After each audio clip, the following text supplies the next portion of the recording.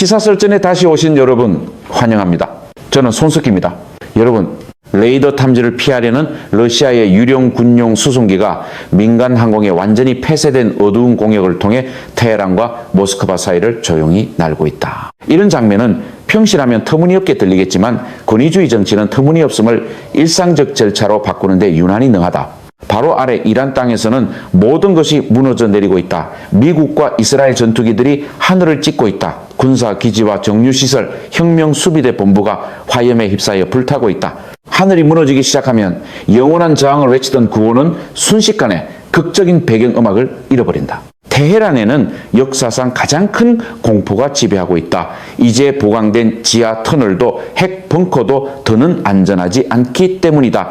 그 가장 값비싼 표적을 이란 영토 안에서 살아있게 유지하는 일은 이제 불가능하다. 강철과 콘크리트 그리고 선전이 능력을 대신할 수 있다는 공들여 포장된 신화가 얼마나 허약한지 이보다 더 잔인하게 드러나는 순간도 드물다. 그래서 지워진 레이더 신호를 단 그 러시아 항공기가 실어 나른 화물은 미사일도 탄약도 기밀정보 문서도 아니었다. 그 비행기 안에는 조국이 불길에 휩싸인 사이 비밀리에 빼돌려진 이란의 새 최고 지도자 모즈타바 하메네이가 타고 있었다. 무너져가는 체제의 도덕적 서열을 이보다 더 선명하게 폭로하는 장면도 없다. 나라 전체는 불타는데 왕자만 우선 탑승하는 것이다. 이것은 음모론이 아니다. 쿠웨이트에 기반을 둔 신문 알자리다와 신뢰받는 안보 플랫폼 D 이란 워처는 이란 지도부와 매우 가까운 고위급 소식통을 인용하며 이 충격적인 폭로를 세상에 전했다. 그리고 예상대로 반제국주의적 존엄을 가장 요란하게 외쳐온 이들이 정작 탈출 경로가 모스크바로 향하자 가장 조용해졌다. 대피 작전의 전모. 알자리다의 보도에 따르면 대피 결정은 심각한 안보 우려에 근거한 것이었다. 계속되는 이스라엘과 미국의 공격이 모즈타바의 위치를 특정해 2차 타격을 가할 수 있다는 위험이 이슬람 혁명 수비대, 즉 IRGC 지휘부 내부에 광범위한 공황을 일으켰다는 것이다. 다시 말해 수년 동안 두려움 따위 없다고 지역 전체를 훈계하던 이들이 머리 위로 공포가 떨어지자 비로소 공포가 얼마나 설득력 있는지 깨달았다는 뜻이다. 테헤란은 고가치 표적들에게 너무 위험한 곳이 되어버렸다. 테헤란이나 곰의 어떤 보강, 지하터널 은신처도 충분하다고 판단되지 않았다. 현재 상황은 모즈타바를 이란 영토 안에서 안전하게 지키는 일을 불가능하게 만들었다. 메시지는 잔인할 정도로 단순했다. 국가는 위험 속에 남아도 되지만 지도부는 안 된다는 것이다. 혁명적 희생이라는 것이 꼭대기에서는 이런 식으로 작동하는 모양이다. 바로 그 시점에 블라디미르 푸틴이 개입했다. 동맹을 보호한다는 명분 아래 지정학적 체스수를 둔 것이다. 보도에 따르면 푸틴의 개인적 제안에 따라 모즈타바 하메네이는 극비 비행 코드를 사용해 레이더에 포착되지 않은 러시아 군용 수송기를 타고 모스크바로 이송되었다. 그리고 또 한 번 스스로를 주권의 수호자라고 부르던 이들이 정작 생존을 위해서는 크렘린의 외주를 맡기는데 아무런 불편함도 느끼지 않는 모습이 드러났다. 아제르바이잔과 영국, 우크라이나의 소식통들, 그 중에서도 아제르뉴스와 칼리버 AZ, RBC 우크라이나는 이 이송을 확인했고 작전에서 IRGC의 역할을 부각했다. 영국 타블로이드 더 선과 더 미러는 부상이 너무 심해 푸틴이 직접 다리 수술까지 주선했다고 보도했다. 저항을 정체성으로 삼아 온 체제에게는 꽤 난처한 그림이다. 방송에서는 강경함을 외치고 현실에서는 의존에 매달리는 모습이기 때문이다.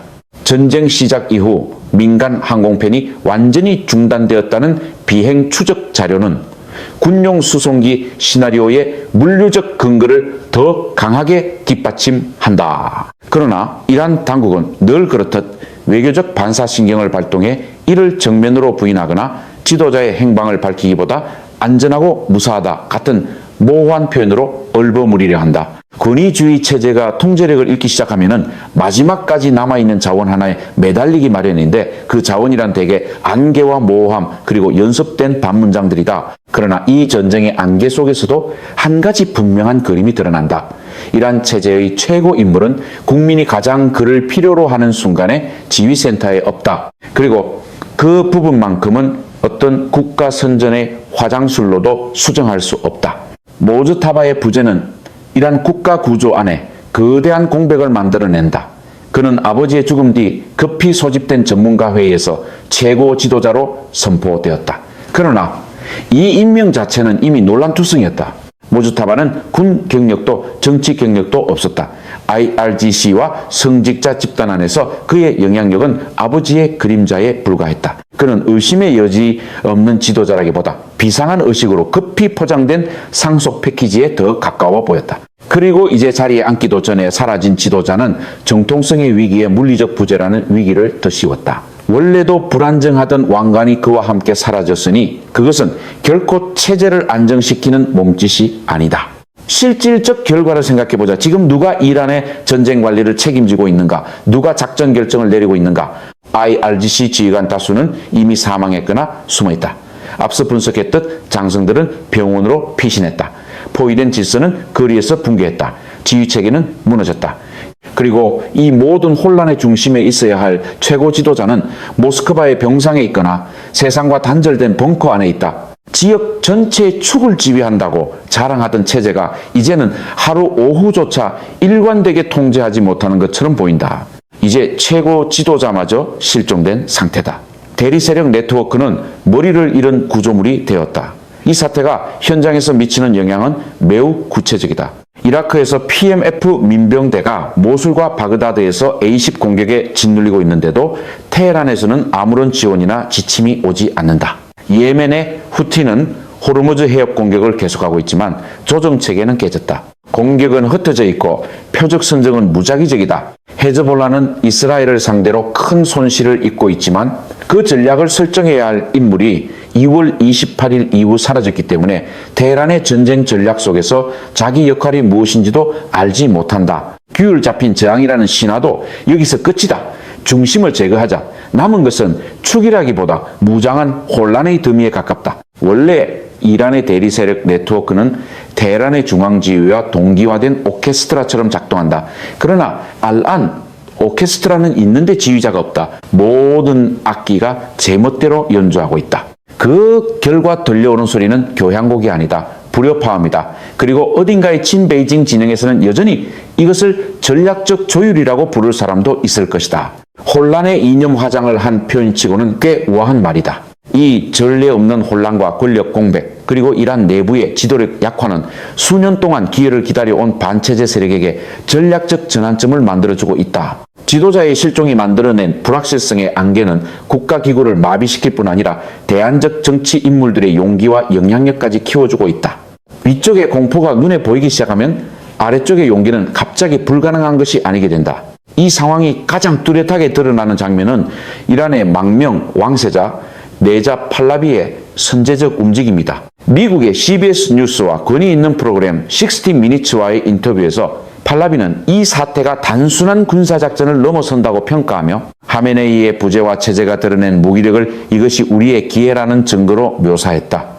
그리고 그는 권위주의 엘리트들이 가장 싫어하는 것이 무엇인지 정확히 알고 있다. 단지 군사적 압박이 아니라 대중이 더 이상 그들이 무적이라고 믿지 않는 바로 그 순간이다. 팔라비는 이 상황을 이란의 군주제 이후 재건을 위한 토대로 자리매김했다. 그는 하메네이가 겨우 서면 성명만 낼 수 있다는 사실을 체제의 마지막 절박한 허우적거림으로 규정했고 그것이 오히려 정권의 정통성과 회복력을 더욱 갉아먹고 있다고 봤다. 물론 서면 성명은 유용하다. 목표가 왕자가 아직 기술적으로는 살아있다는 것을 보여주면서도 현실에서는 철저히 부재해 있다는 사실을 동시에 증명하는 것이라면 말이다. 팔라비의 전략은 서방 언론과의 인터뷰에만 국한되지 않는다. 그는 자신의 소셜미디어 계정을 통해 이란의 안보 세력과 군, 관료 조직에 직접 허답하며 그들이 지도자들에게 버림받았다고 강조하고 있다. 그는 그들이 붕괴하는 구조물 아래 깔려 죽기보다 인민의 편에 서라고 촉구한다. 바로 이것이 이런 호소가 허약한 체제의 위험한 이유다. 그것은 단지 힘에 도전하는 것이 아니라 복종 그 자체에 도전하기 때문이다. 사자와 태양의 혁명 수사를 앞세운 팔라비는 세속적이고 민주적인 전환을 약속하며 디아스포라 이란인들 사이에서 상당한 동력을 만들어냈다. 스웨덴에서 로스앤젤레스까지 조직된 시위는 해외에서 정권의 외교적 정당성을 흔들고 있을 뿐 아니라 국내의 사람들에게 당신은 혼자가 아니라는 메시지를 전하려 하고 있다.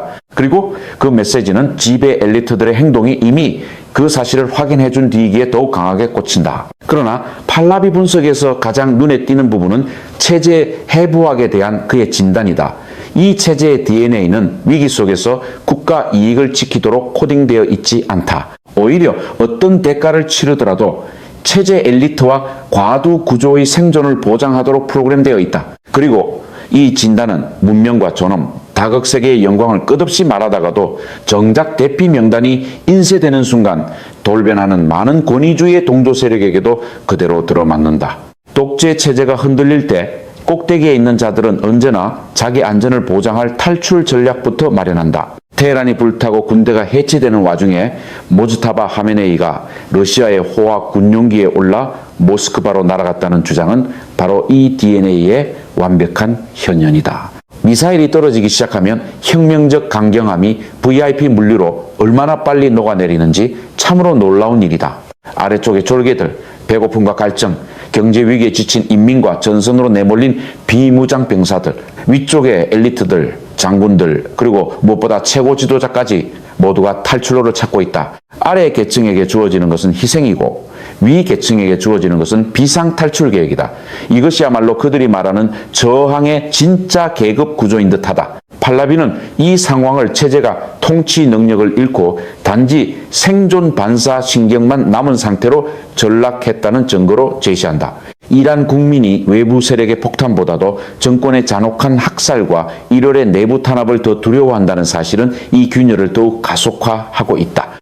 시민들이 적국의 전투기보다 자기 통치자를 더 두려워한다면 그 체제의 도덕적 파산은 더 이상 이론이 아니라 일상이 된다. 지도자의 도주는 국가가 거리의 사람들을 연민하거나 보호한다는 동화의 종말을 의미한다. 이 체크메이트는 로켓이나 전투기로 완성되는 것이 아니다. 가장 약한 순간에 자신들을 버린 지도자들에 대한 한 나라의 깊은 실망과 분노가 수행하는 것이다. 그리고 그런 종류의 분노는 어떤 미사일보다도 요격하기 어렵다. 여기서 이 작전에서 모스크바의 역할은 훨씬 더 깊은 분석이 필요하다. 푸틴은 왜 이란 최고 지도자에게 피난처를 제공하는가? 표면적으로는 동맹연대다. 러시아와 이란은 미국 패권에 대한 공동의 반대로 형성된 동맹을 유지하고 있다. 모스크바는 이미 테헤란의 드론 기술과 정보 공유, 외교적 지원을 제공하고 있다. 동맹 지도자를 구출하는 것은 이 동맹의 자연스러운 연장처럼 보인다. 그러나 권위주의 동맹은 종종 이렇게 기능한다. 공개적으로는 상호 구호를 외치고 비공개적으로는 상호 지렛대를 마련한다. 하지만 그 아래에는 훨씬 더 차갑고 계산적인 셈법이 숨어 있다. 모즈타바를 보호함으로써 푸틴은 이란 지도부 생존의 직접적 보증인이 된다. 이것은 모스크바에 이란을 상대로 전례 없는 영향력을 부여한다. 모즈타바가 모스크바에서 치료를 받는 동안 그는 러시아에 빚진 지도자가 되고 러시아는 이 빚을 미래의 군사 기지 권리와 에너지 거래, 전략적 양보의 형태로 회수할 수 있다. 크렘린의 사전에서 보호란 좀처럼 자선이 아니다. 그것은 복종에 대한 계약금에 가깝다. 이 모델은 낯설지 않다.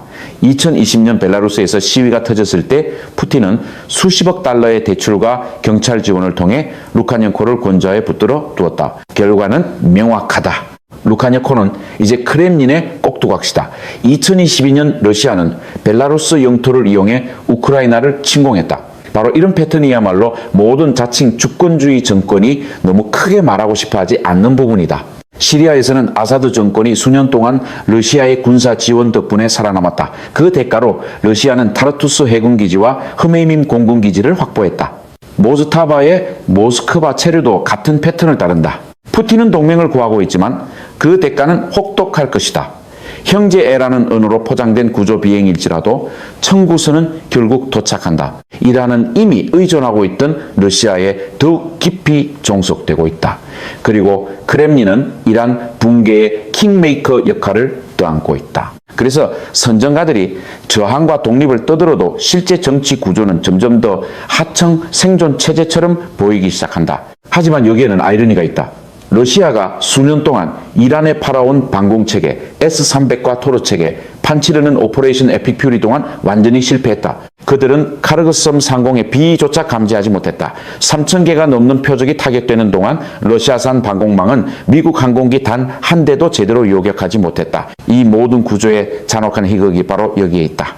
하드웨어는 실패했고 방패는 무너졌고 이제 판매자는 나라를 방어하러 돌아온 것이 아니라 고객을 회수하러 돌아온 셈이다. 크렘린이 이란에 팔았던 방어 체계는 작동하지 않았지만 이제는 이란 지도자를 구출하는 임무를 맡고 있다. 러시아는 자신이 지켜주지 못한 동맹의 지도자를 치료하고 있다.